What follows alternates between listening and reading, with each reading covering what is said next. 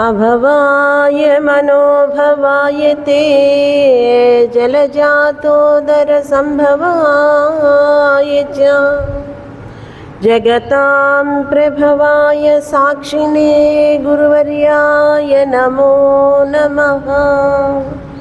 नीलातुङ्गस्तनगिरितटे सुप्तमुद्बोध्य कृष्णं पाराद्यं स्वं श्रुतिशतशिरसिद्धमध्यापयन्ति सोच्छिष्टायां सृजनिगलितं या बलात्कृत्य भुङ्क्ते गोदा तस्यै नम इदमिदं भूय एवास्तु भूयः।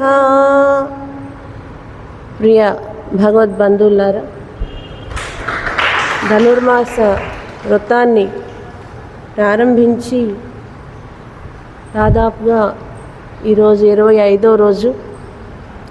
ఈ 25 రోజుల నుంచి మనం పాసురాన్ని అనుసంధానం చేసుకుంటూ ప్రవచనాన్ని చెప్పుకుంటూ ఉన్నాం. పాసురాన్ని అనుసంధానం చేసుకుందాం. ஒருத்தி மகனாய் பிறந்து ஓரிரவில் ஒருத்தி மகனாய் ஒளித்து வளரா தருக்கிலானாகித்தான் தீங்கு நினைன்றா கருத்தை பிழைப்பித்து கஞ்சன் வயிற்ற நின்று நெடுமாலே உன்னை அறுத்தித்து வந்தோம் பறை தருதியாகில் திருத்தக்க செல்வமும் சேவகமும் யாம் பாடி வருத்தமும் திரிந்து மகிழிந்தேலோ ரெம்பாவாய். ఆండాళ్ గోపిక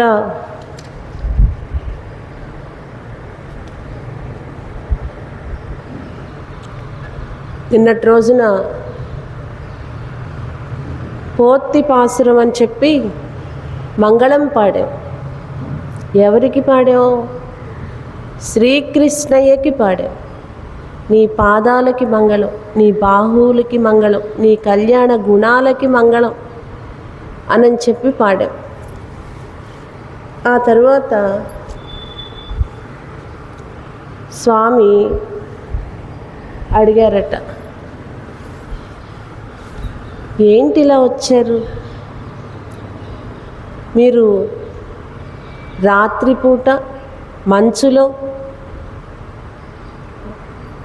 పిల్లలయ్యుండి స్నానంగా వచ్చారా? మంగళం పాడాలి అని వచ్చారా? లేదా మరేదైనా అడగడానికి వచ్చారా? మీకేదైనా కావాలి అని అంటే అడగండి, అది తీర్చేస్తాను. ఆ కోరిక ఏదైనా ఉంటే ఇచ్చేస్తాను అని చెప్పి అడిగారట కృష్ణయ్య. శ్రీకృష్ణుడు అడిగాడు గోపికలని 25వ రోజు మండపంలో, ఏం కావాలి, దేన్ని మీరు ఆశించి వచ్చారు అని చెప్పి.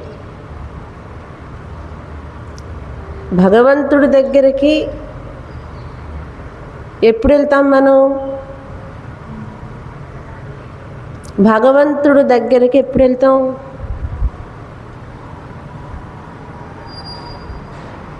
ఏదైనా కోరిక కావాలి అనుకున్నప్పుడు వెళ్తాం. ఏదో కష్టం వచ్చింది చెప్పుకోవడానికి వెళ్తాం. ఈ కష్టాన్ని గట్టెక్కించమని చెప్పడానికి వెళ్తాం. అలాగే ఏమైనా వచ్చారా అని అడిగారు. అడిగితే చెప్తున్నారు వీళ్ళు, మేము ఈ లోకులందరికీ అంటే రేపల్లె వాసులందరికీ తెలియచేయడానికి వ్రతం చేస్తున్నాం కదా, వర్షం పడాలి అని. ఆ వ్రతానికి సాధనమైన పరై అనే వాద్యమును అడిగి తీసుకెళదాము అనే మిషతో వచ్చాం. కానీ మేము అందుకు రాలేదు, అలాగ రాలేదు. మేము ఎలా వచ్చామో తెలుసా? వీళ్ళకి 18వ పాసురమున అద్దాలు పంచారు కదా, అద్దాలు పంచారు, విసనకర్రలు పంచారు, అమ్మవారు అలా ఇచ్చారు అని చెప్పారు కదా. ఆ అద్దం ఏంటి అనేది మనం తెలుసుకున్నాం. ఏంటి ఆ అద్దం అని అంటే స్వస్వరూప జ్ఞానాన్ని ఎరగడం. స్వస్వరూప జ్ఞానం అంటే ఆత్మ పరమాత్మనే చేరాలి అనే జ్ఞానాన్ని ఎరిగింప చేస్తుందట. ఏంటది? అద్దంలో ఏం కనిపిస్తుంది మనకి? అద్దంలో మనకు కనిపించేది మనం ఏం చూపిస్తున్నామో అదే మనకి చూపిస్తుంది. మన ముఖం చూసుకుంటే మన ముఖమే మనకు కనిపిస్తుంది. అట్లానే స్వస్వరూప నీ జ్ఞానం ఏంటో తెలుసా? నీకు ఒక ఆత్మ ఉంది. ఈ ఆత్మ ఎవరిదో తెలుసా? నీది కాదు, పరమాత్మది అని తెలియచేసే అర్థాలు పంచుకున్నాం కదా మనం 18వ పాసురంలో. ఆ 18వ పాసురంలోనే వీళ్ళు అడుగుతున్నారు, మేము పరై అనే సాధనం అడగడానికి వచ్చాం, కానీ ఇక్కడి నుంచి తిరిగి వెళ్ళడానికైతే రాలేదు, నీ దగ్గర ఉండిపోవడానికి వచ్చాం అని చెప్పారు ఈ గోపికలు శ్రీకృష్ణుడికి. ఆయన ఆలోచిస్తూ ఉన్నారు. ఈలోపు ఆండాళ్ళు గోపిక కృష్ణయ్య యొక్క పుట్టుక రహస్యాన్ని చెప్తుంది. పుట్టుకకు ఒక రహస్యం, ఆయన పుట్టడానికి ఒక కారణం ఉంటేనే కదా పుడతారు, ఏదో మనకి అవసరం అయితేనే కదా పుడతారు. పరిత్రాణాయ సాధూనాం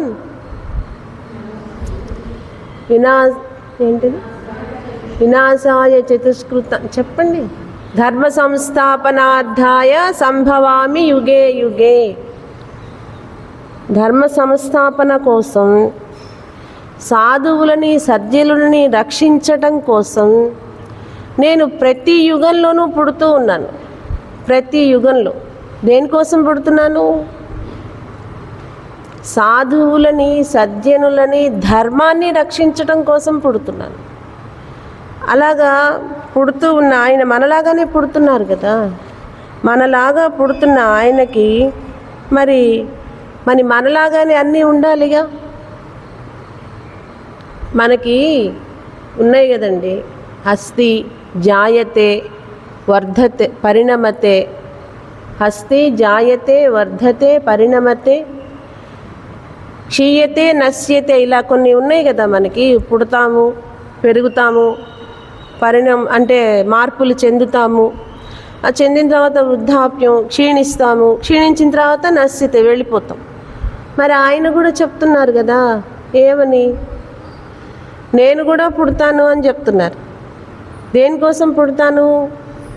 సాధువులని సజ్జనులని ధర్మాన్ని రక్షించడం కోసం ప్రతి యుగంలో పుడతానని చెప్తున్నారు. మనము పుడుతున్నాం కదా, ఆయన కూడా పుడుతున్నారు కదా. మరి ఏంటి తేడా? జన్మ కర్మ చ మే దివ్యం ఏవం యో వేత్తి తత్వతః త్యక్త్వా దేహం పునర్జన్మ నైతి మన్యేవ అర్జున. జన్మ జన్మలు పుట్టడానికి మనం పుడుతున్నాము, ఆయన పుడుతున్నారు. ఆయన ఎందుకోసం పుడుతున్నారో మర్చిపోవడం లేదు. అది అక్కడున్న ట్రిక్. నేను దేనికోసం పుట్టాను అనేది ఆయన మర్చిపోవడం లేదు. మనం మర్చిపోతాం. మనకి పెద్దవాళ్ళు చెప్తుంటారు, అప్పటి వరకు అంటే శిశువుగా గర్భంలో గత జన్మవన్నీ తలుచుకుంటూ ఈసారి ఈ జన్మని నేను అసలు వ్యర్థం చేసుకోకూడదు, ఈ చీకటి కుహరంలో ఉండలేను, ఇలాగ నేను బ్రతకలేను, నేను ఈసారి కనుక ఈ ప్రకృతి మండలంలోకి వెళ్ళిన తర్వాత నేను మళ్ళా తిరిగి పరమాత్మ దగ్గరికి వెళ్ళిపోయేదానికి నేను ప్రయత్నం చేస్తాను అని చెప్పి నిరంతరం గర్భంలో ఉన్న శిశువు అలాగా వేడుకుంటూ ఉంటాడట స్వామిని. 5వ నెల వచ్చిన దగ్గర నుంచి అవయవాలు ప్రాణం అన్నీ వచ్చేస్తాయని చెప్తుంటారు కదా మనకి. అప్పటి నుంచే మనకి పురిటి కింద లెక్క కొన్ని పనులు చేయకూడదని కూడా చెప్తుంటారు. అలాగా వేడుకుంటూ ఉంటాడట ఆయన. వేడుకుంటూ ఉన్న ఆయనకి అంటే ఆ శిశువుకి ఎప్పుడైతే ప్రసవం జరుగుతుందో అనగానే ఆ నీళ్లు చల్లుతారో ఏదో అంటారు, కలి నీళ్ళు ఏవో అంటారు. ఈ భూమి మీద ఉన్న నీళ్ళు ఎప్పుడైతే కనుక ఆ శిశువు యొక్క దీని మీద పడతాయో, దేహం మీద, మర్చిపోతాడట ఆయన. అదే మాయ. నేను ఎక్కడి నుంచి వచ్చాను, నేను ఎందుకోసం వచ్చాను అనేది మర్చిపోతారట. ఆయన మర్చిపోరు. జన్మ జన్మలకి కారణమైన ఆయన అలా పుడుతూ ఉండి కూడా ఆయన ఎందుకు పుట్టాను అనే విషయాన్ని మర్చిపోరు. అందువల్ల ఆయనకి ఇక్కడ చేసిన కర్మ ఏది కూడా అంటించుకోరు, దేనిలోనూ ఆయన ఇరుక్కొని పోరు.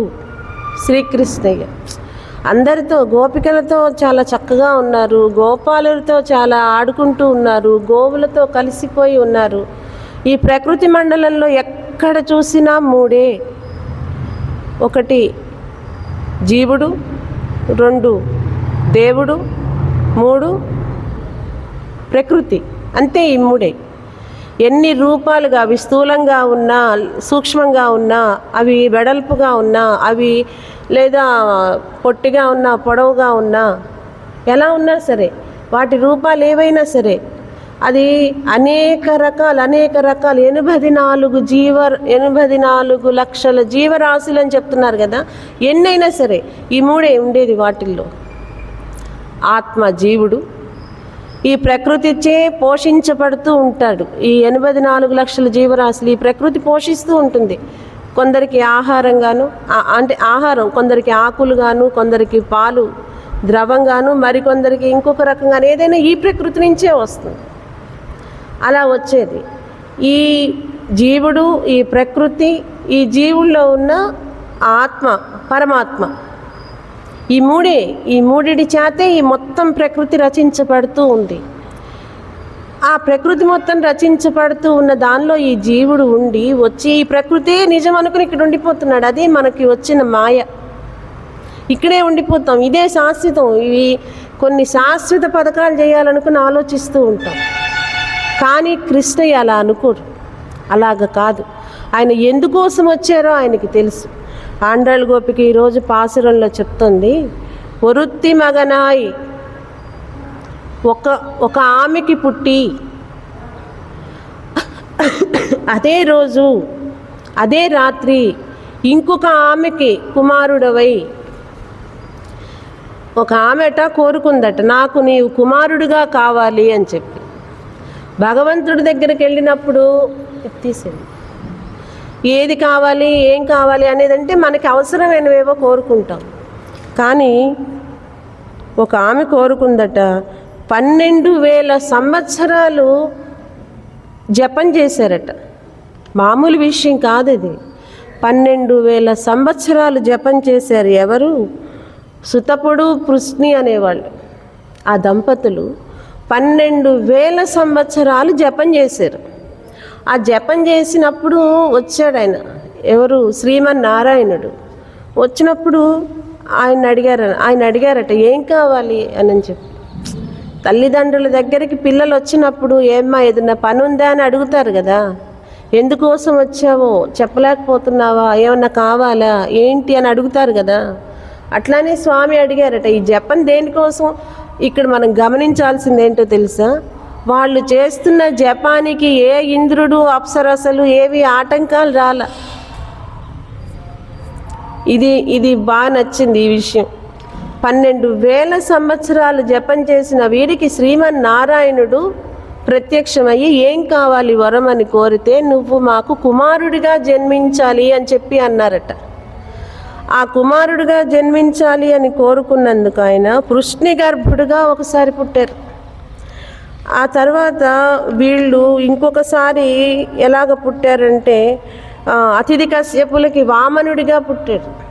నారాయణుడే కృష్ణి గర్భుడిగా పుట్టాడు, వామనుడిగా పుట్టాడు. ఆ తర్వాత దేవకి వసుదేవులకి, ఎవరు? ఒరుత్తి మగనాయ్, ఒక ఆమెకి పుట్టాడు అంటున్నారు. ఎవరికి పుట్టాడు శ్రీకృష్ణుడు? దేవకి వసుదేవులకే కదా.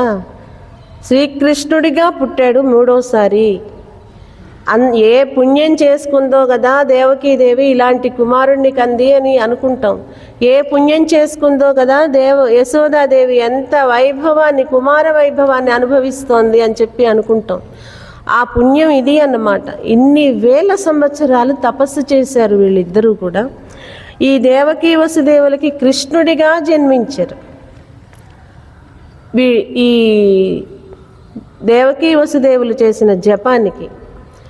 అలాగా ఒక్కరోజే నువ్వు పుట్టి అదే రాత్రి ఆ కోరుకున్న ఆమెకి కుమారుడిగా పుట్టి అదే రాత్రి యశోదాదేవికి కుమారుడవై పరిపూర్ణమైన ఆనందాన్ని అనుభవించే యశోదాదేవికి కుమారుడవై వైభవంగా నీ ఎదుగుదలని ఓర్వలేక నిన్ను నశింపచేయాలి అని చెప్పి చూసే కంసునికి కడుపులో చిచ్చులాగా అయి, ఆయన కడుపులో పెట్టుకున్నాడట చిచ్చు, అలాగా చిచ్చులాగా అయి నిన్ను నశింపచేయాలి అనుకున్న ఆయనని నువ్వు నశింపచేసి, ఎవరిని నశింపచేసి? కంసుణ్ణి నశింపచేసి ఐశ్వర్యమగు లక్ష్మీదేవితో ఉన్న నీవు పరై అనే సాధనము మాకిప్పించి మాకు ఇంకేం కావాలి అనే ఆలోచన నీవు చేయవలసి ఉంది అని చెప్తుంది ఈ పాసురంలో ఆండాళ్ గోపిక. కృష్ణుడి యొక్క జన్మ రహస్యం ఏంటి అనంటే ఈ పాసురంలో చెప్తుంది, నువ్వు నాకు కుమారుడుగా పుట్టు అని చెప్పింది. ఎవరు? సుతపుడు పృశ్ని. అలానే ఆయన ప్రతి చోట కూడా కుమారుడిగా పుట్టారు అంతే. ఆ తర్వాత ఇక్కడ పెరగడం, ఎక్కడ పెరిగాడు శ్రీకృష్ణుడు? ఒక్క మాట మనం ఏది అడిగామో అంత మటుకు ఆయన చేస్తారు అనడానికి ఇదొక నిదర్శనం. అలా శ్రీకృష్ణుడు దేవకీదేవికి జన్మించాడు. శ్రీకృష్ణుడు దేవకీదేవికి జన్మించాడు అనే విషయం, ఆయనే పుట్టాడు అనేది ఎలాగ మనకి నిదర్శనం ఏంటి? శ్రీకృష్ణుడే పుట్టాడు అనడానికి నిదర్శనం ఏంటి? మనకి చాలామంది అందరు పిల్లలు కంటూ ఉంటారు కదా, పిల్లలు పుడుతూ ఉంటారు కదా, తల్లులు కంటూ ఉంటారు. అందరికీ ఒకేలానే, ఇప్పుడు ఒక 10 మంది పిల్లల్ని పడుకోబెట్టారనుకోండి, అందరు పిల్లలు ఒకేలానే కనిపిస్తారు. రోజులున్న పిల్లలు కొంచెం రూపురేఖలు తేడా ఉంటాయి కానీ స్వరూపాలు ఒకటేలాగా ఉంటాయి. 2 గుర్తులు ఉంటాయి, వీళ్ళు మగ శిశువు, వీళ్ళు ఆడ శిశువు అనేవి, 2 మాత్రమే. అది కూడా మనం పరీక్షించి చూడగలిగితే, లేకపోతే శిశువులందరూ ఒకేలాగానే ఉంటారు.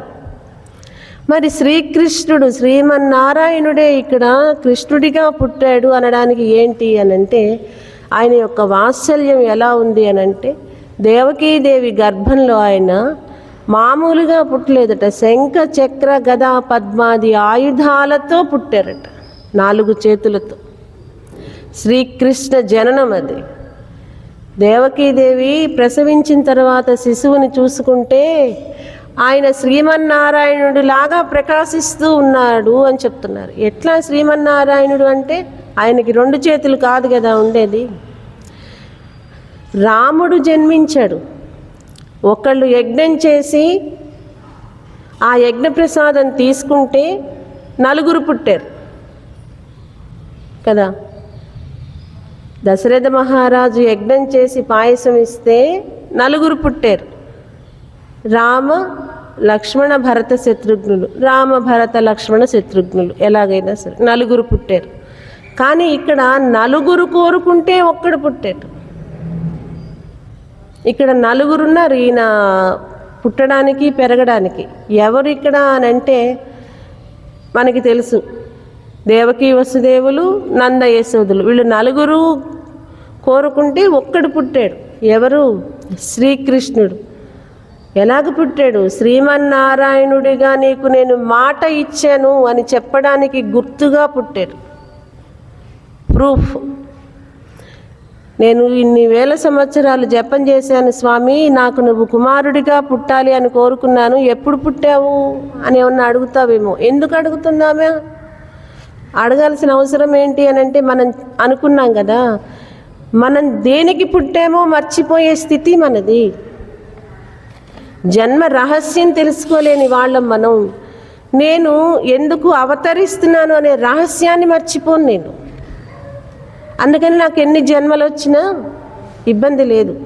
నేను ఎంతమంది అరిచినా సరే నేను ఇవాళ మాట్లాడకూడదు అనుకున్నానండి. ఎంతమంది పలకరించినా సరే నవ్వుతూ ఇలా తలకాయ ఊపాలి అనుకున్నాను. అది నేను మైండ్లో బాగా స్టిక్ చేసుకున్నా. చేసుకున్నప్పుడు ఎంతమంది పలకరిస్తున్నా నేను మాట్లాడతానా? అవుతుందా? నేను మళ్ళా అనుకుని మాట్లాడితే తప్ప. కొంతమంది ఉంటారు, మామూలుగా మనుషులతో మనలానే ప్రవర్తిస్తున్నాం కదా అని చెప్పి అనుకుంటూ ఉంటాం. అలానే వాళ్ళు మౌనంలోకి వెళ్ళిపోతారు. ఆ మౌనంలోకి వెళ్ళిపోయాక దాన్ని ఎవరు కూడా జయించలేరు, ఎవరి వల్ల కాదు. అదేదో ఒక చెప్తారు చూసారా, వాళ్ళ అవసరార్థం చేసుకుంటున్నారు అని అనుకుంటాం. అంటే మౌనంగా ఉండడం అనేది వాళ్ళ అవసరార్థం కాదు. అలా మౌనంగా ఉన్నారు అని అంటే ఎవరికో ఏదో ఇబ్బంది కలుగుతుందని అర్థం. వారు అనుకున్నారు, అది నేను మౌనంగా ఉండాలి అని అనుకున్నారు. ఇంకెవరేం చేయలేరు దాన్ని, ఇంకెవరు ఏమి దాన్ని జయించలేరు. నేను సమాధానం చెప్పకుండా నవ్వడం వరకే నేను అనుకున్నా. మళ్ళా నేను అనుకుంటేనే కదా మాట్లాడగలుగుతాను. ఇవన్నీ మనకి గుర్తుంటాయి, ఈ అనవసరమైన విషయాలన్నీ గుర్తుంటాయి. నేను మాట్లాడకూడదు అనుకున్నాను, నేను మౌనంగా ఉండాలనుకున్నాను, ఇవన్నీ గుర్తుంటాయి. కానీ నేను ఎందుకు పుట్టానో గుర్తుండదు, వాళ్ళకు గుర్తుంటుంది. ఈ సాధువులని సజ్జనులని రక్షించడానికి పుడుతున్నాను నేను అని చెప్పారే శ్రీకృష్ణయ్య, ఆయనకు అది గుర్తుంటుంది. ధర్మ సంస్థాపనార్థాయ సంభవామి యుగే యుగే. నేను ప్రతి యుగంలోనూ కూడా ధర్మ సంస్థాపన కోసం పుడుతున్నాను, ఆయనకు అది గుర్తుంటుంది. రాముడిలా పుట్టినా గుర్తుంటుంది. ధర్మం కాపాడటం కోసమే నేను పుట్టాను అని చెప్తారు. రామో విగ్రహవాన్ ధర్మ అని చెప్తారు. ధర్మం ఎలా ఉంటుంది, ఒకటేదైనా దానికి కొంచెం శాంపిల్ చూపించండి అని ఎవరైనా అడిగితే, అదిగో రామచంద్రమూర్తి నడవడిక చూడు, అలా ఉంటుంది ధర్మం. అలాగే లీల ఎలా ఉంటుంది అని అడిగామనుకో, శ్రీకృష్ణ చరిత్ర చదువు తెలుస్తుంది. లీలా మానుష రూపం శ్రీకృష్ణుడు, లీల అలా ఉంటుంది అనేది తెలుస్తుంది. ఆయన ఆ గుర్తుని పోగొట్టుకోరు. ఆయన దేనికోసం పుట్టారనే గుర్తుని పోగొట్టుకోరు. ఆ పోగొట్టుకోకపోవడం అనేది ఆయన యొక్క జన్మ రహస్యం అన్నమాట. అలానే మనం ఒక వ్యక్తి దగ్గరికి వెళ్ళాము, లేకపోతే ఒక శక్తి దగ్గరికి వెళ్ళాము అని అంటే దేనికి వెళ్ళాము అనేది మర్చిపోకూడదు. దేనికి మనం అక్కడ చేరాము అనేది మర్చిపోకూడదు. అక్కడ మన స్వాతంత్ర్యాన్ని ప్రకటిస్తే దీన్ని మర్చిపోతాం. అలాగ జరుగుతుంది. ఆ మర్చిపోయినప్పుడు ఏమవుతుంది, అదిగో అలా అవుతుంది, అట్లానే అవుతుంది. శ్రీకృష్ణయ్య అలా మర్చిపోకుండా దేవకీ వసుదేవులకి 4 చేతులతో పుట్టారట. నువ్వు ఆ రోజు కోరుకున్నావు కదా, ఆ కోరుకున్న విధంగా అప్పుడు కృష్ణగర్భుడిగా పుట్టాను, వామనుడిగా పుట్టాను, ఇది చివరిది, ఇది 3వ జన్మ, ఇప్పుడు నేను శ్రీకృష్ణుడిగా పుట్టాను, నారాయణుడినే అని చెప్పడానికి, గుర్తు ఎరగడానికి ఆయన 4 చేతులతో పుట్టారట. మనం జపం చేసేటప్పుడు, పూజ చేసేటప్పుడు చాలా చక్కగా హాయిగా, ఎలాగనంటే ఎవరు భగవంతుడు మనమే అనేలాగున చేస్తాము. ఆ రూపాన్ని మనం అప్పుడు చాలా ఆనందంగా స్వీకరిస్తాం. కానీ అదే మనకి ప్రాక్టికాలిటీగా వచ్చేసరికి ఏం చెప్తాము, భగవంతుడే నాకు దేవుడే నాకు కుమారుడిగా పుట్టాలి అనుకున్న ఈమెకి 4 చేతులతో శ్రీకృష్ణయ్య పుట్టినప్పుడు వెంటనే ఆమె చెప్పిందట, కృష్ణ స్వామి నారాయణ, నేను నారాయణుడు నాకు కొడుకుగా కుమారుడిగా పుట్టాలి అని చెప్పిన మాట వాస్తవమే. కానీ ఇలాగ ఉంటే నేను నిన్ను కొడుకుగా స్వీకరించలేను. అంటే అలాగ ఉండటం వల్ల నేను నిన్ను స్వామిగానే చూడగలుగుతా కానీ కుమారుడిగా స్వీకరించలేను అని చెప్పి దేవకీదేవి చెప్పిందట ఆ స్వామికి, నారాయణమూర్తికి. ఉపసంహార విశ్వాత్మన్ అధో రూపమలౌకికం శంఖ చక్ర గదా పద్మ శ్రియాజుష్టం చతుర్భుజం. స్వామి నీవే పుట్టావు, నాకది ఉంది, విశ్వాసం నమ్మకం ఉంది. కానీ ఈ 4 చేతులు ఉన్నాయి చూసావా, ఇలాగ కాదు స్వామి, నీ శంఖ చక్రాలని, నీ 2 చేతులని కూడా ఉపసంహార, అవి కొంచెం నువ్వు దాచుకో. ఒక్క మాట భగవంతుడు ఇచ్చాడు అనంటే ఆ ఇచ్చిన మాట కోసం ఆయన ఎంత కష్టపడతాడు అనడానికి కృష్ణ చరిత్ర. ఆశ్రిత వ్యామోహము కలిగిన వాడు, తనని ఆశ్రయించిన వారికి ఏదైనా చెయ్యాలి అనే వ్యామోహం కలిగిన వాడు అనడానికి ఇక్కడి నుంచే మొదలవుతుంది. ఆశ్రిత వ్యామోహం కలిగిన వాడా మాలే మణివొండ అని చెప్తుంది ఆండాళ్ గోపిక. ఆశ్రయించిన వారి ఎవరైతే ఆయన్ని ఆశ్రయిస్తారో ఆ ఆశ్రయించిన వారికి ఏది చేయడానికైనా ఇష్టపడతారట. మీ పని నేను చేసి పెడతాననేది ఎలాగ చేస్తారు? ఆయన వ్యామోహంతో చేస్తారు.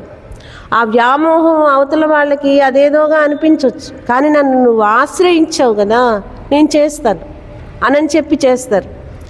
ఆయన చక్కగా, ఇప్పుడు మనం ఇలా ప్రశాంతంగా ఇలా కూర్చుంటామండి, చిన్న సీట్ ఇచ్చి మా మీద అభిమానం ఉంది కదండి ఇంత సీట్లోనే కూర్చోండి అంటే కూర్చోగలుగుతామా? అభిమానం ఉంది కానీ ఆ కుర్చీ నాకు సరిపోదంటాం. కానీ ఆయన 4 చేతులని ఆయన ఎప్పుడు ధరించే శంఖ చక్ర గద పద్మాది ఆయుధాలని ఆయన ఉపసంహరించుకున్నారట. ఎక్కడా? దేవకీదేవి దగ్గర. పోనీ ఉపసంహరించుకుని ప్రశాంతంగా పడుకోవడానికి ఏమన్నా ఉందా?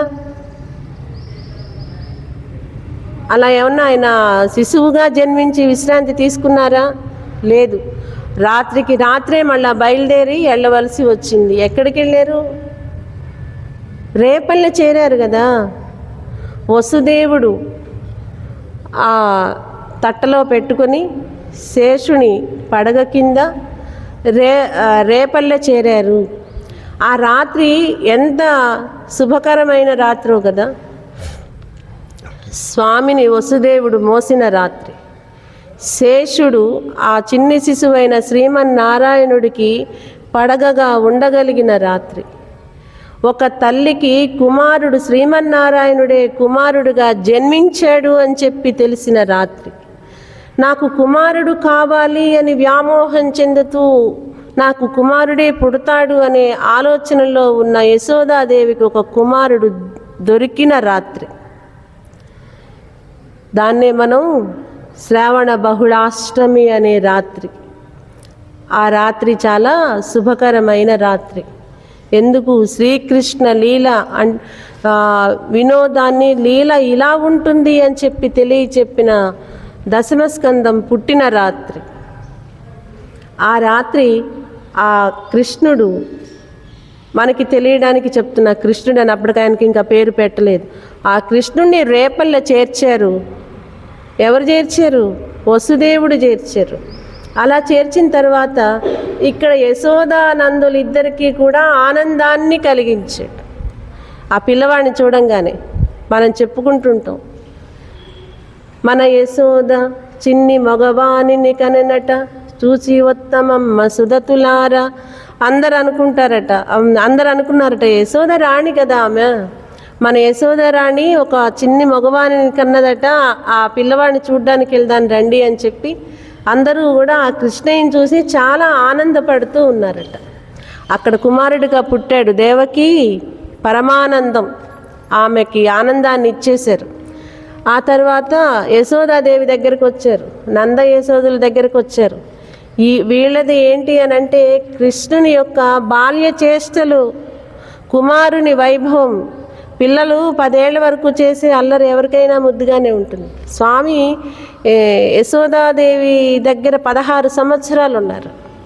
అలా ఉండి యశోదాదేవి చక్కగా కంటికి రెప్పల యశోద ఇళం సింగం అని చెప్పి చెప్పుకుంటాం మనం. ఆ యశోదాదేవి నందుల వారు కూడా వాళ్ళ దగ్గర ఆ కృష్ణుడు చాలా ఆనందంగా పెరుగుతున్నాడు. ఎలాగా? దాగి పెరుగుతున్నాడు. దాగి అంటే ఎవరికో కనిపించకుండా పెరుగుతున్నాడు. ఇది కూడా ఇబ్బందే కదా.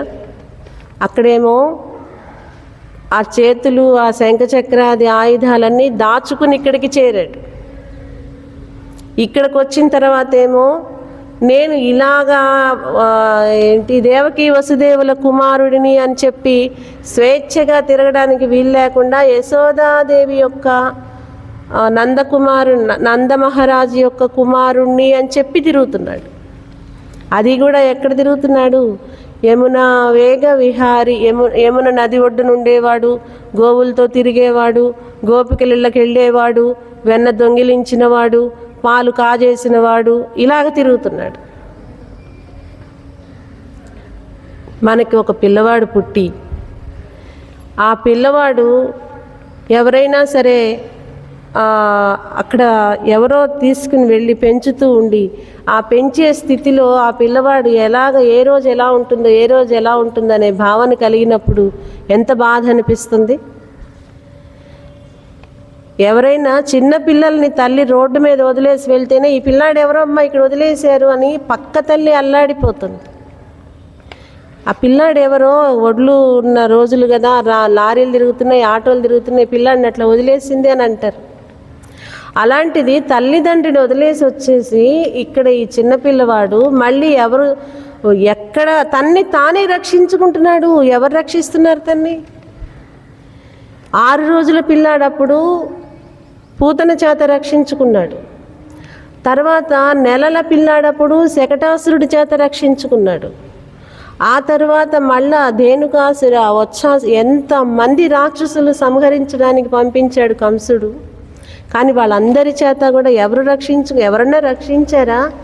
అయ్యో కృష్ణ, ఇంత ప్రమాదం వచ్చిందా, అయ్యో నానా నీకు రక్ష పెట్టాలి, నువ్వు రా, ముందు నీకు అసలు దిష్టి తీయాలి, నువ్వు రా, నువ్వు ఇక్కడ ఇలాగన్నారు. కానీ ప్రమాదం వచ్చే ముందు ఎవరికైనా తెలుసా, నానా ఇప్పుడు నీకు ప్రమాదం వస్తుంది, నువ్వు ఇక్కడే కూర్చోవాలట, వెళ్ళకూడదు, ఎవరైనా చెప్పారా? కానీ ఆయన ప్రమాదాన్ని ఎవరు రక్షించారు? ఆయనే రక్షించుకున్నాడు. ఆయనే రక్షకుడు. కానీ మనకి రక్షకుడు ఆయన. మాట ఇచ్చేసానంతే, అయిపోవాల్సిందే అని చెప్పారు కదా ద్రౌపది దగ్గర. అలాంటి కృష్ణయ్య చిన్నతనం నుంచి కూడా తన్ని తానే రక్షించుకుంటూ పెరిగాడు. ఇంత టెన్షన్ ఉన్న వాళ్ళు ఎవరైనా సరే హ్యాపీగా ఉండరా? ఇంత టెన్షన్స్. మనం ఒక చిన్న పని పెట్టుకుని ఒత్తిడి పడుతున్నామండి. ఆ ఒత్తిడి పడుతూ ఉన్న సమయంలో ఏదో చిన్నగా చెప్తారు కదా, ఏదో ఒక చిన్న రిలాక్సేషన్ బ్రెయిన్కి ఉండదా? ఆ లీలే ఆ టెన్షన్ తీరేది. ఆయనకేం అవసరం? 6 రోజుల్లో పూతన పాలు ఇస్తానంటేనే ప్రాణాలు తీశాడు. వీళ్ళ పాలు ఆయనకి ఎందుకు? అవసరం లేదు కదా. తృణావర్తుడు పైకి ఎగరేసుకుని పోతూ ఉంటే ఆ గాలితోనే ఆయన్ని చంపేశాడు. అలాంటిది ఈయనకి ఇక్కడ వీటితో అవసరం లేదు. కానీ అక్కడున్న వాళ్ళందరికీ కూడా ఎందుకు ఆయన పాలు, పెరుగులు, వెన్నలు దాచుకున్నవి ఎందుకు తీసుకెళ్ళిపోతాడు? ఆయన ఏమన్నా శాడిస్టా? లేకపోతే ఎవరన్నా దాచుకుంటే ఆయనకి నచ్చదా? ఆయన దాచుకుంటే నచ్చదో లేకపోతే శాడిస్టో అవన్నీ మనకి తెలీదు. ఒకటి మాత్రం తెలుసు, ఏంటో తెలుసునా? నీకు అవసరానికి మించి నువ్వేదో కూడబెట్టాలనుకుంటావు, చెప్తావా, చూస్తారా అంటే లుబ్ధత్వాన్ని ప్రకటిస్తారు. అది ఆయనకి నచ్చదు. లుబ్ధత్వము అంటే ఉన్న దాంట్లో కొంచెమే. ఒక ఆమెట మామూలుగా తనకి ఇంత కావాలి అని చెప్పి తీసుకుందట. ఎలాగంటే బియ్యం కొలత అనుకోండి, ఒక 2 డబ్బాలు బియ్యం తీసుకుంది. ఆ 2 డబ్బాలు బియ్యం తీసుకుని ఎవరికని చెప్పి తీసుకుంది? భగవంతుడికి ఇవ్వడానికి. నావి కొత్త ఓట్లు వచ్చేసిన తర్వాత నేను మళ్ళీ నీకు 2 డబ్బాలు ఇచ్చేస్తానని చెప్పి తీసుకుంది. పండగ అయిపోతుంది కదా. ఆ 2 డబ్బాలు ఇస్తానని చెప్పి తీసుకుని అవి భగవంతుడికి అని పేరు పెట్టి కదా తీసుకున్నావు నువ్వు, అవి 2 ఇవ్వాలి కదా, ఇన్నెందుకులే అని చెప్పి 1 కేజీన్నర ఇచ్చిందట.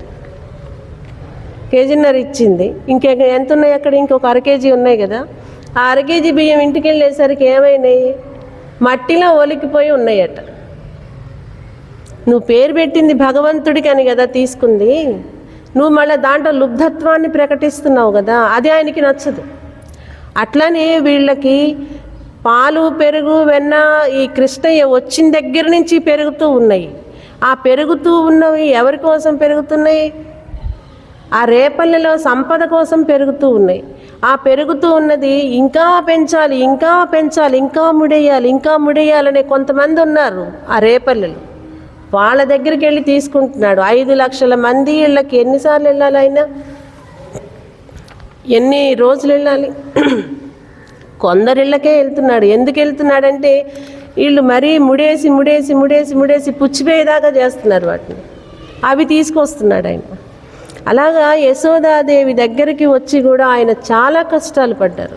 కష్టాలు అని మనం అంటాం, అంటే మన భాషలో మనకి తెలిసి, కానీ ఆయన అది ఒక లీలలాగా స్వీకరించారు. ప్రతి చోట కూడా ఆయనే రక్షించుకుంటూ దాగి పెరుగుతూ ఉన్నాడు. అలా దాగి పెరుగుతూ ఉన్న ఈయన అక్కడ కొన్ని వైభవాలని చూపిస్తూ పెరిగాడు. ఎవరు? శ్రీకృష్ణయ్య రేపల్లెలో. ఎలాగో తెలిసిన, పీఠే పీఠే నిషన్న బాలక గళే తిష్టన్ స గోపాలకో యంత్రాంతస్థిత దుగ్ధ భాండమవకృష్యాచ్ఛాద్య ఘంటారవం వక్రోపాంత కృతాంజలి కృత శిరః కంపం పిబన్వః పాయాదాగత గోపికా నయనయోర్గండూషపుత్కార కృతు పీఠే పీఠ నిషన్న బాలక గళే. మామూలుగా ఈయన పెరుగుతూ ఉన్నారు కదా ఇక్కడ రేపల్లెలో. పెరుగుతూ ఉన్నది కుమారుని యొక్క వైభవం చూసే ఇది ఎవరికి ఉంది అంటే యశోదాదేవికి అని చెప్పుకున్నాం కదా, మనకి కూడా ఉంది. ఇవి చదువుకుంటే దాంట్లో మనం ఆనందిస్తే.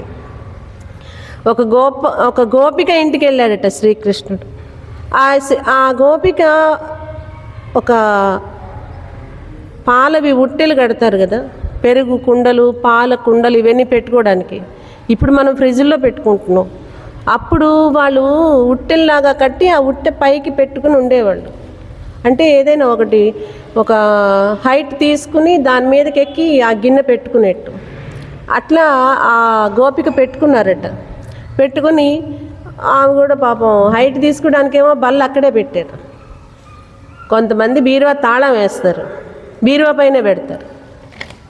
బీరువా తాళం వేసి బీరువా పైనే పెడతారు. అలా చేసింది ఈ గోపిక. ఆమె ఆ బుట్ట కిందే ఈ బల్ల పెట్టింది, స్టూల్ పెట్టింది. అది అందుతుంది కదా, సరే అందుతుంది అనుకుంటే అది పైకి పెట్టింది.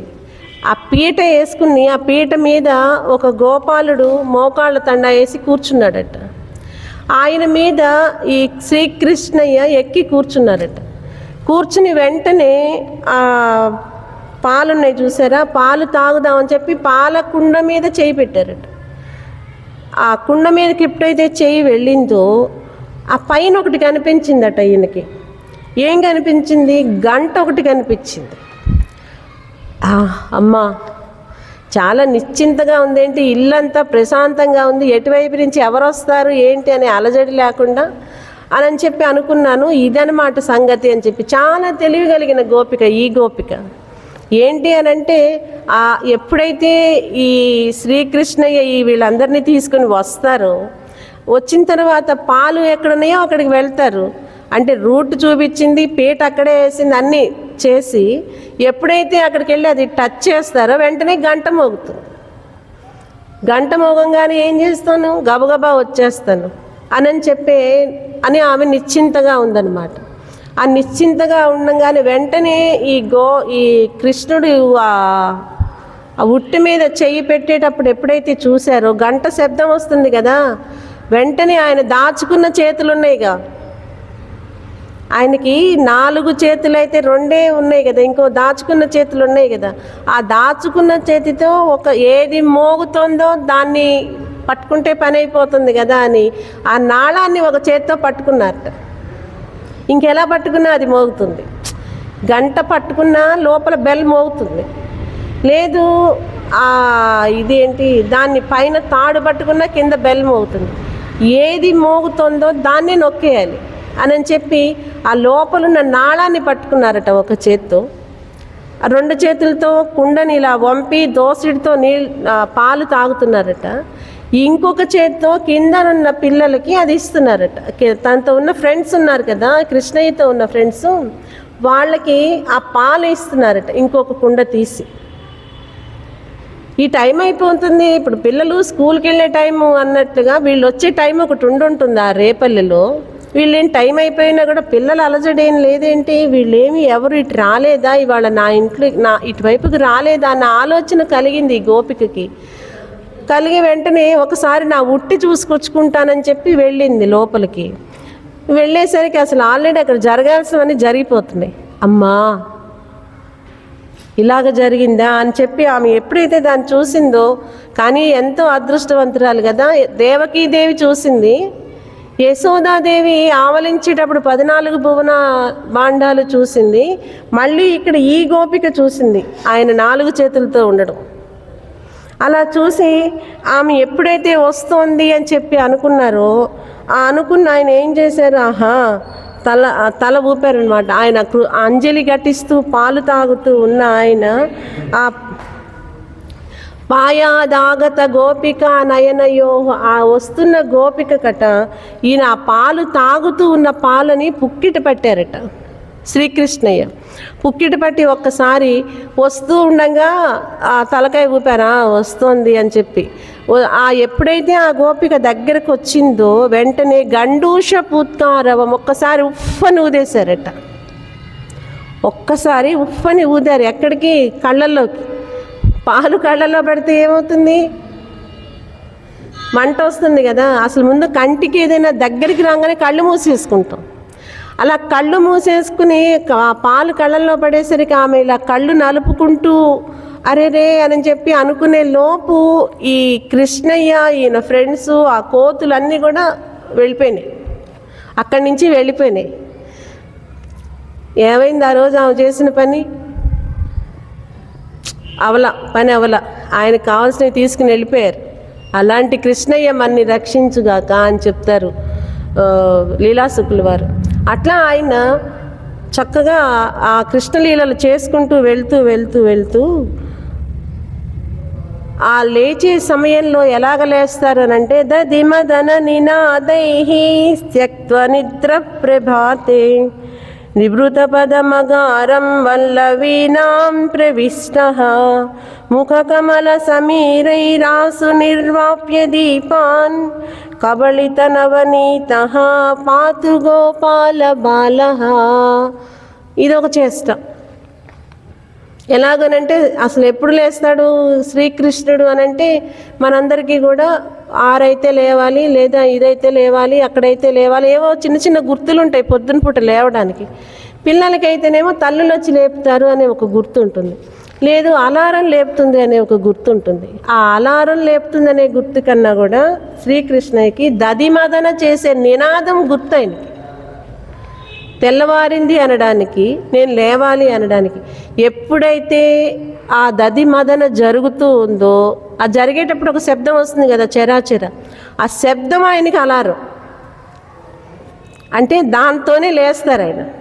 అలా లేచి వెంటనే ఆ దది మదనం జరుగుతుంది అనగానే వెంటనే లేస్తారనమాట. పెరుగు చిలుకుతున్నారు అని చెప్పి లేస్తారు.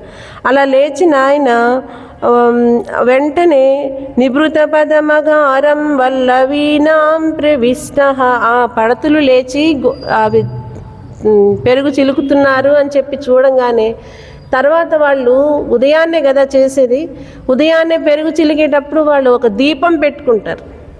మనకు కూడా వెనకటి రోజుల్లో తెల్లవారుజామున పని చేసుకునేటప్పుడు దీపాలు కాగడాలు పెట్టుకునేవాళ్ళు, ఒక సీసాకి ఇలా పెట్టి వెలిగించుకునేవాళ్ళు.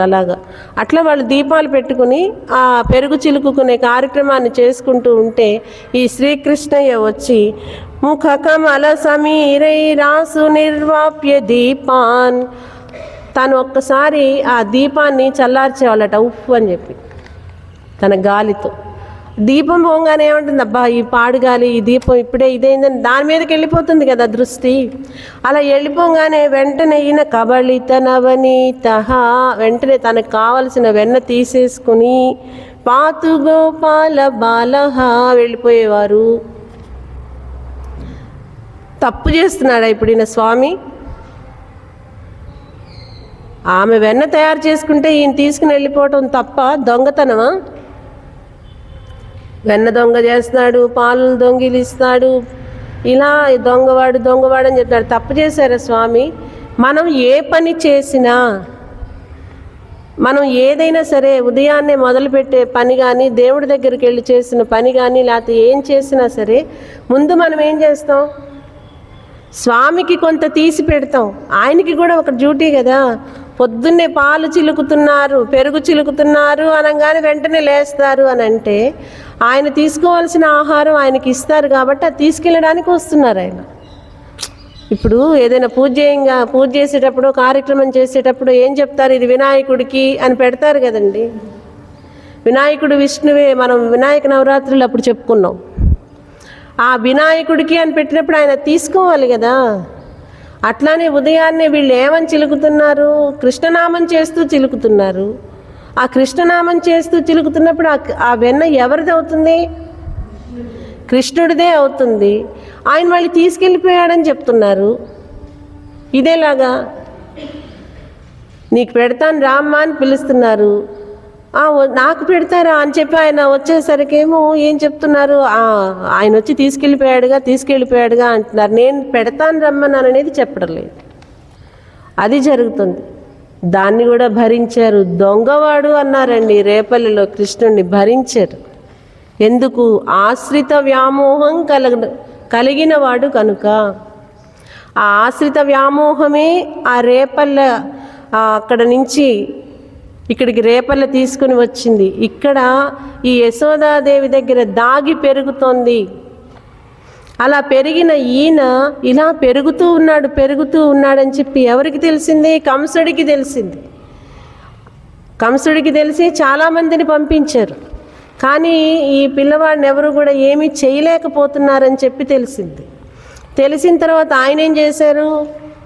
అక్కడ యజ్ఞం ఉంది అని చెప్పి పిలిచారు. మధురకి రమ్మని చెప్పి పిలిచారు కదా. కువలయ పీడనం, ధనుర్యాగం అని చెప్పి పిలిచారు. పిలిచి అక్కడ ఆయన్ని ఇది చెయ్యాలి అని చెప్పి ఆ కంసుని యొక్క ప్లాన్ అన్నమాట అది. అక్కడికి వస్తూ ఉన్న సమయంలో అక్కడ వాళ్ళందరూ కూడా చాలా భయాన్ని చెందుతూ ఉన్నారట. పడతులందరూ కూడా చాలా భయాన్ని పడుతూ ఉన్నారట.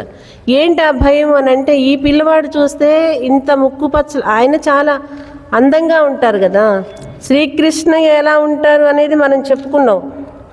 ఎలా ఉంటారు అని అంటే, మునులు యోగులు అంటే వాళ్ళు ఎవ్వరు ఏమి చలనం లేకుండా భగవంతుడి కోసమే ధ్యానం చేసే వాళ్ళు కూడా, ఏదైనా ఒక క్రతువు చేస్తున్న వాళ్ళు కూడా, మణి విడంబిని తస్య మనోహరే వపుషి మగ్నమున ముని మండలి వ్రతమముంచెత హోమమముంచెత జపమముంచెత వేదమముంచెత.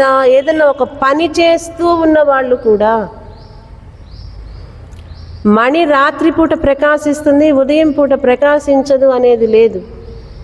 మణి అనేది అయితే అది ఎక్కడున్నా ప్రకాశిస్తుంది, దాని ప్రకాశం ఏం తగ్గదు. వీళ్ళందరూ కూడా వపుషిమగ్న, ఒక పనిలో నిమగ్నమైపోయి ఉన్న వాళ్ళందరూ కూడా, ఏ పనిలో నిమగ్నమైపోయి వ్రతము, హోమము, వేదము ఇలా చదువుతూ ఉన్నవాళ్ళు కూడా, ఇప్పుడు మనం ఇందాక ఇక్కడ ఉన్నప్పుడు ఇక్కడ ఒక ప్రకాశం రాలేదు, అది మన కళ్ళకి అదే కనిపిస్తూ రాలేదు సూర్యరశ్మి. అలాగా ఆ ప్రకాశం వాళ్ళ కళ్ళకల్లా కనిపిస్తూ ఉందట వాళ్ళు చేస్తున్న పనికి కూడా. అది పోనీ చికాకుగా ఉందా అంటే లేదు, చాలా అందంగా ఉంది, చూడాలి అనిపిస్తుంది. ఆ మణి చాలా ప్రకాశవంతంగా ఉంది అని చెప్పి చెప్తున్నారు. అలాంటి మణి శ్రీకృష్ణ మణి అటు తిరుగుతోంది అని చెప్తున్నారు. అంత ప్రకాశము అందము కలిగిన స్వామి మన శ్రీకృష్ణుడు. అలాంటి అందమైన చక్కగా పాలుగారుతూ ఉన్న ఈ పిల్లవాడిని కంసుడేం చేస్తాడు అని చెప్పి వీళ్ళు భయపడుతున్నారట. అలాంటి భయం అంటే ఆయన కడుపులో చిచ్చు పెట్టుకుని ఉన్న మనకి కోపాలు ఉంటాయండి. అది ఎట్లాగనంటే కంఠగత, హృదయగత, నాభిగత, ఇలా 3 రకాల కోపాలు ఉంటాయి. మనకందరికీ సహజంగా ఉండేది ఏంటి అని అంటే కంఠగత అంటే గొంతులో నుంచే వస్తుంది. చాలా వరకు అందరికి అదే ఉంటుంది. అంటే ఆ నిమిషంలో గట్టిగా అరిచేస్తాం, తర్వాత ఇంకా అసలేం ఉండదు. కొంతమందికి హృదయగత అంటే హృదయం నుంచి అంటే మనసులో అనుకుంటారనమాట, జీవితంలో క్షమించకూడదు అన్నట్లు ఉంటారు చూసారా. కొన్ని సంవత్సరాలైనా పక్కనే ఉన్న మాట్లాడుకోరు. హృదయగత. నాభిగత, తను నశించిపోయేదాకా ఆ కోపం పోదు. ఇది చాలా ప్రమాదకరమైనది. ఇది రాక్షస కోపంలోకి వెళ్తుంది. నాభిగత కోపం. రావణాసురుని ఎక్కడ సంహరించారు? రాముడు నాభి దగ్గరికే కదా వేశారు. తన ప్రాణం అక్కడుంది అని చెప్పి. అంటే రావణాసురుడిది కోపం నాభిగత కోపం ఎవ్వరికీ ఉండకూడదు. అది తను నాశనం చేస్తుంది, కానీ అది బాగుపడే లక్షణం అయితే కాదు. అలాగా ఈయన కడుపులో పెట్టుకున్నారంటే ఈయనకి నాభిగతంగా ఉంది. ఎవరికి? కంసుడికి. ఎవరి మీద? శ్రీకృష్ణుడి మీద. ఏంటి ఉంది? కోపం. అందువల్ల 16 సంవత్సరాలు పుట్టిన 6 రోజుల పిల్లవాడి నుంచి 16 సంవత్సరాలు వచ్చే వయసు దాకా కూడా చంపడానికి ఇంకా ప్రయత్నాలు చేస్తూనే ఉన్నాడంటే ఎంత దుర్మార్గుడో ఆలోచించండి. అలాంటి కంసుడు ఈ పిల్లవాడిని ఏం చేస్తారు అని చెప్పి భయపడుతున్న వాళ్ళందరి భయాన్ని తీర్చేశాడు. వీళ్ళు భయపడుతూ వ్యామోహపడుతున్నారు, ఆశ్రయించారు అని చెప్పి. తనని ఆశ్రయించి అంటే పగనైన ప్రాణభీతినైనా ఎలాగైనా సరే ఆయన్ని ఆశ్రయించడము అనేది జరిగితే శ్రీకృష్ణుణ్ణి సంహరించాలి అని కృష్ణనామం చేస్తూ ఉన్న కంసుణ్ణి కూడా వ్యామోహంతో తానే వెళ్ళి సంహరించేశాడు. ఆ కంసుడు ఏం చేస్తాడో వీళ్ళని అని చెప్పి భయపడుతున్న గోపికల యొక్క వ్యామోహాన్ని, అక్కడున్న జనాన్ని అందరినీ కూడా భయపడుతూ ఉన్న జనం యొక్క భయము అనే వ్యామోహం ఆశ్రయించారుగా, భయంగా ఆశ్రయించారు. మనకి ఏదైనా ఒక భయం కలిగినప్పుడు ఏం చేస్తామండి? మనం భయం కలిగినప్పుడు ఏం చేస్తాం? భయం వేసింది వెంటనే ఏమంటాం? ఏదో ఒక పదం అంటాం. అంటే అమ్మ అంటాం, లేకపోతేనేమో ఎవరికైనా కొంచెం బాగా భగవంతుని పైన ధ్యాస ఉంటే కృష్ణ అంటాం, నారాయణ అంటాం. కృష్ణ కృష్ణ కృష్ణ అని చెప్పి తప్పుకునేటప్పుడు కొంతమంది అంటారని చెప్పలా, ఏదైనా తప్పుకుంటున్నా కృష్ణ అని, తీసుకుంటున్నా కృష్ణ అని. కొంతమందికి అలవాటు ఉంటుంది. అది కూడా అంతే. మనకి ఒక కథ చెప్తారు మామూలుగా. గోపికలు అందరూ ఆడుకుంటూ చక్కగా యమునా నది తీరానికి వెళ్ళారట. ఆ యమునా నది తీరానికి వెళ్ళి వాళ్ళందరూ కూడా కడవలతో నీళ్లు ముంచుకుని తెచ్చుకుంటూ ఉన్నారు. తెచ్చుకుంటూ ఉన్న సమయంలో కృష్ణ కొంచెం ఇది నాకు కొంచెం పైకి బరువు ఎత్తమని చెప్పారట. అసలు ఆయనది అది కాదు, ఆయన పని కాదు అది. అందుకని అసలు బరువులు ఎత్తడానికి ఆయన ఇష్టపడడు. ఆయన కష్టపడడానికి ఇష్టపడతారు, కానీ మనకి ఆ చరిత్రలో ఆయనే కష్టపడుతున్నారు. ఇందాక కూడా అదే చెప్పుకున్నాం. అది తెలిసి కూడా, ఒక మనిషి యొక్క యాక్టివిటీస్ తెలిసి కూడా అదే ప్రయత్నం అదే చెప్పటం అనేది అది ఒక దుర్మార్గం అన్నమాట. ఇప్పుడు కొంతమందికి కొన్ని నచ్చుతాయి. ఆ నచ్చినప్పుడు వాళ్ళు నేను ఇలా ఉంటే నాకు అన్ని విషయాలు చెప్పాలి అనేది ఒకళ్ళకి యాక్టివిటీ. అదొకటే ఆయన కోరుతుంది. ఆయనకి అన్ని విషయాలు చెప్పేసాం అనుకోండి, హ్యాపీ. ఇంకా దానికి అంటే ఆయన అది కోరుకుంటున్నారు. ఆ కోరుకుంటున్న ఆయనకి నాతో వస్తే ఎంత దూరమైనా తీసుకెళ్తా, నేనెవరి వెనక రాను. కొంతమంది లక్షణం అలా వస్తారు, ఇంకంతే. వాళ్ళది ఆ లక్షణం. అలా వెళ్ళటానికి ప్రయత్నం చేద్దాం, అది అనుకోవడమే మన లక్ష్యం. ఎందుకంటే అలాంటి రూట్లోకి మనం వెళ్ళాం కాబట్టి. అట్లానే కృష్ణయ్యకి కూడా ఒకళ్ళని రక్షించడము అనేది ఆయనకి అలవాటు కాదు. ఆయనకి వెన్నతో పెట్టిన విద్య. అసలు ఆయన ఏదంటారు చూసారా, కొంతమందికి కొన్ని ఉంటాయి, కొన్ని లక్షణాలు ఉంటాయి. ఆ లక్షణాల్లో అదొకటి. ఆశ్రిత వ్యామోహం కలిగిన వాడు అని ఎవరైనా సరే ఆశ్రయించిన వాళ్ళని ఆయన రక్షించాలి అనే ఒక వ్యామోహం కలిగి ఉన్నవాడు ఎవరికి కూడా ఆయన బరువులు పెట్టడు. అలాంటి ఆయన నాకు ఈ బరువు ఎత్తమంటే ఎలా ఎత్తుతాడు? ఎత్తడు కదా, ఆయనది కాదది. అలా వచ్చేసిన తర్వాత మళ్ళీ ఇంటికి వచ్చిన తర్వాత ఆయనే దించాడు. అదేమన్నా నేరమా? ఆయనది నేను ఎవరికి బరువులు ఎత్తేవాడిని కాదు, బరువులు దించేవాడిని అని చెప్తున్నారు. అలా దించేటప్పుడు కృష్ణ అనుకుంటే వస్తున్నాడు. మరి ఎత్తేటప్పుడు కృష్ణ అనుకుంటూ నువ్వు బరువెత్తుకొని మొయ్యలేకపోతే నేనే. ఇప్పుడు పదం కృష్ణ అని అంటూ బరువెత్తుకుంటే అది ఎవరు మొయ్యాలి? కృష్ణుడు మొయ్యాలి. మోయడానికి నువ్వు ఇస్తావా? నువ్వే మోసుకుంటున్నావు. మరి ఎవరెత్తారమ్మా ఇంత పెద్ద కుండ? నీకు ఎవరెత్తారు? ఇంత చిన్న తల్లివి ఇంత పెద్ద బిందె తీసుకొచ్చావేంటని అడిగితే ఏం చెప్పాలి ఆయన? ఎవరెత్తారు నీకు ఇంత పెద్ద బరువు అంటే కృష్ణుడు ఎత్తాడనే చెప్పాలి. అందుకెత్తలా ఆయన అక్కడ. ఇక్కడ నేను అడగకుండానే దించావేంటి అని అంటే ఆయన దించేవాడు. ఎంత పెద్ద బరువు నీకున్నా ఆయన దించుతాడు. నీకు బరువు లేకుండా చేయడమే ఆయన పని. అందుకని దించేవాడు. అలాగా శ్రీకృష్ణుడు నువ్వు ప్రేమతో ఆయన్ని వేడుకున్నా, అబ్బా ప్రతి వాళ్ళు ఈ మైకు గొడవలతో ఇబ్బంది పెడుతున్నారు. అలా విసుగుగా ఎక్కడ పెడుతున్నారు? మైకు గుళ్ళో పెడుతున్నారు. అలా గుళ్ళో ఏ దేవుడు ఉన్నాడు? ఆ రూపం నీకు తెలుస్తుంది కదా. అలా విసుగుగా తలుచుకున్నా, లేదు వగనైనా పగనైనా ప్రాణభీతినైనా, ఈ ప్రాణం ఉంటుందో లేదో, ఇప్పుడు ఏదో సెలైన్ పెట్టాలంటున్నారు, ఆక్సిజన్ మీద ప్రాణం నడుస్తుంది అంటున్నారు, ఉంటుందో లేదో అన్న సమయంలో నువ్వు కృష్ణుడిని తలుచుకున్నా ఆయన వచ్చి నిన్ను రక్షిస్తాడు. తనని సంహరించి వేయాలి అని చెప్పి కంసుడు ప్రతి క్షణం కృష్ణుడినే తలుచుకుంటున్నారు. అందుకని ఆయన దగ్గరికి వెళ్ళి ఆయన్ని సంహరించి ఆయన ఆశ్రయించేలాగును చేసుకున్నారు. ఆ కంసుడి దగ్గరికి వెళ్తే ఏమైపోతాడో ఈ పిల్లవాడు అని చెప్పి భయంతో స్వామిని ఆశ్రయించారు. వారి భయాన్ని తీర్చివేశారు. అలాంటి శ్రీకృష్ణుడు మనని రక్షించుగాక అని చెప్తుంది ఆండాళ్ గోపిక. మీరు దేనికి వచ్చారు అని అడిగారు కదా స్వామి, దానికి చెప్తుంది, నీ జన్మ రహస్యం మాకు తెలుసు. అందుకని ఉత్తినే మేము దేవకి వసుదేవులు నంద యశోదులు నువ్వు చేసిన ఈ వెన్న దొంగిలించటం పాలు దొంగిలించడం ఇవన్నీ ఊరికినే చెప్పుకోలేదు. ఇందాక నుంచి మేము దానిలో ఉన్న రహస్యం ఏంటో తెలుసా? అక్కడ వారికి 4 చేతుల్ని కాకుండా 2 చేతులు కనిపించేట్లు చేసిన, యశోదాదేవి దగ్గర దాగి పెరిగిన, ఈ గోపకాంతల ఇళ్లలో పాలు వెన్నలు దొంగిలించిన, వీటన్నింటికీ కూడా ఒకటే కారణం, రీజన్ ఒకటే. ఇందాక అనుకున్నాం కదా, మన పుట్టుక యొక్క రహస్యాన్ని మనం మర్చిపోతాం, ఆయన మర్చిపోడు అని చెప్పి. ఆయన ఈ పుట్టింది దేనికి అని అంటే ఆమె కోరుకుంది కదా కుమారుడిగా కావాలి అని, ఆమె ఆశ్రయించింది. అలానే ఇక్కడ వీళ్ళందరూ కూడా ఆయన్ని ఆశ్రయించి ఉన్నారు. ఆ ఆశ్రయించిన వారికి ఈయనకొక బలహీనత ఉంది కదా, ఆశ్రయించిన వాళ్ళని ఆయన వ్యామోహిస్తారు. ఆశ్రిత వ్యామోహము కలవాడా, ఎవరైతే తన్ని ఆశ్రయించారో వారిని చివరి వరకు కూడా జాగ్రత్తగా చూసుకోవాలి అనే బాధ్యత కలిగిన స్వామి శ్రీకృష్ణుడు. ఉంది కదా నీకు అలాంటి బాధ్యత ఉంది కదా. ఆశ్రిత వ్యామోహం కలవాడా అనేది ఉంది కదా, అదే అసలు నీ జన్మ యొక్క రహస్యం కదా. అందుకని మేము ఒకటి అడుగుదాం అనుకున్నాం. ఏమనుకోరుగా, ఏమైంది, దేనికోసం వచ్చారు?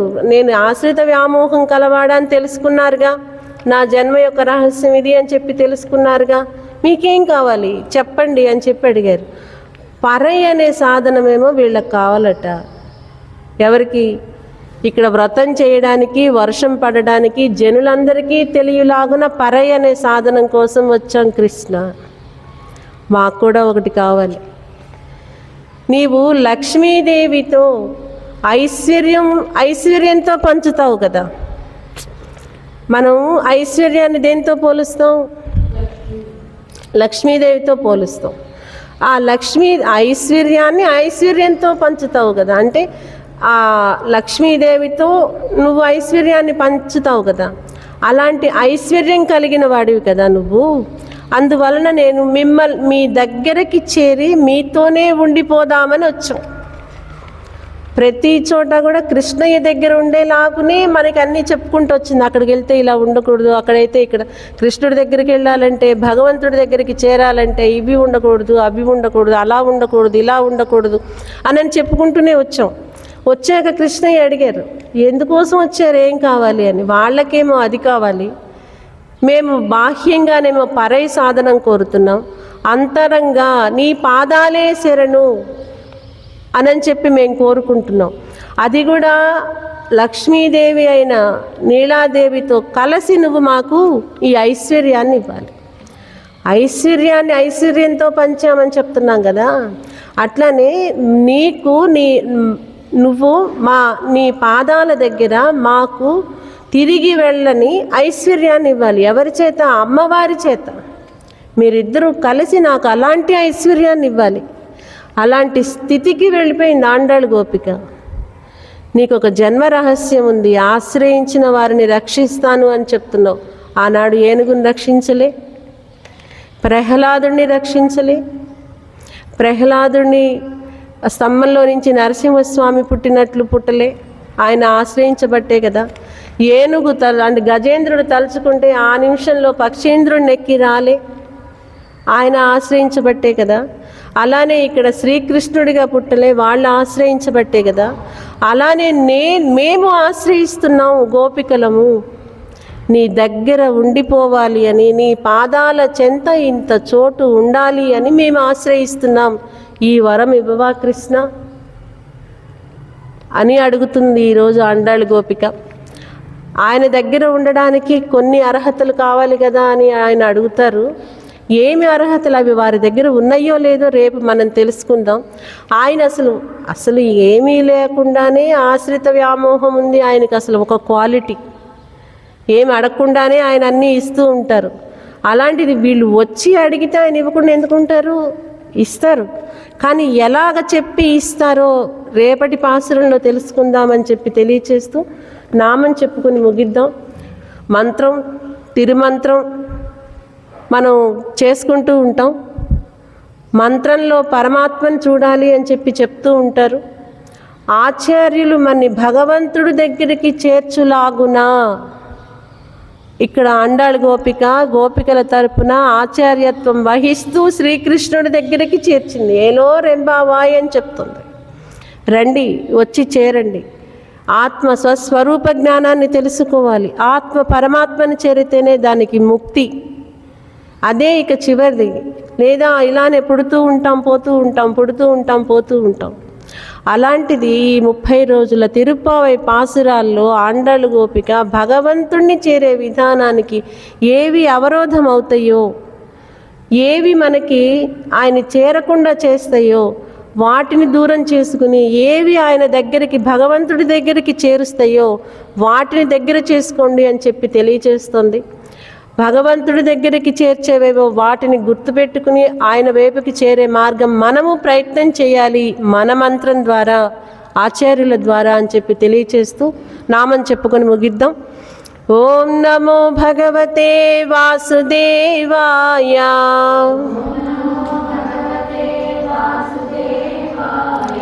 ఓం నమో భగవతే వాసుదేవాయ.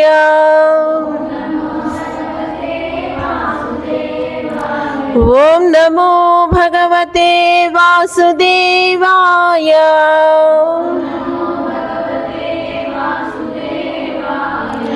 ఓం నమో భగవతే వాసుదేవాయ.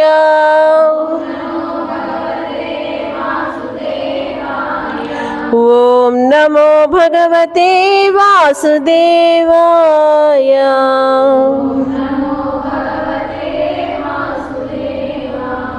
శ్రీకృష్ణ భగవానుకి, ఆండాళ్ గోపికకి, విఘ్నసాచార్య మహర్షికి, ఆచార్య గోష్ఠికి, భాగవత గోష్ఠికి, ఏడుకొండలవాడ వెంకటరమణ గోవింద గోవింద.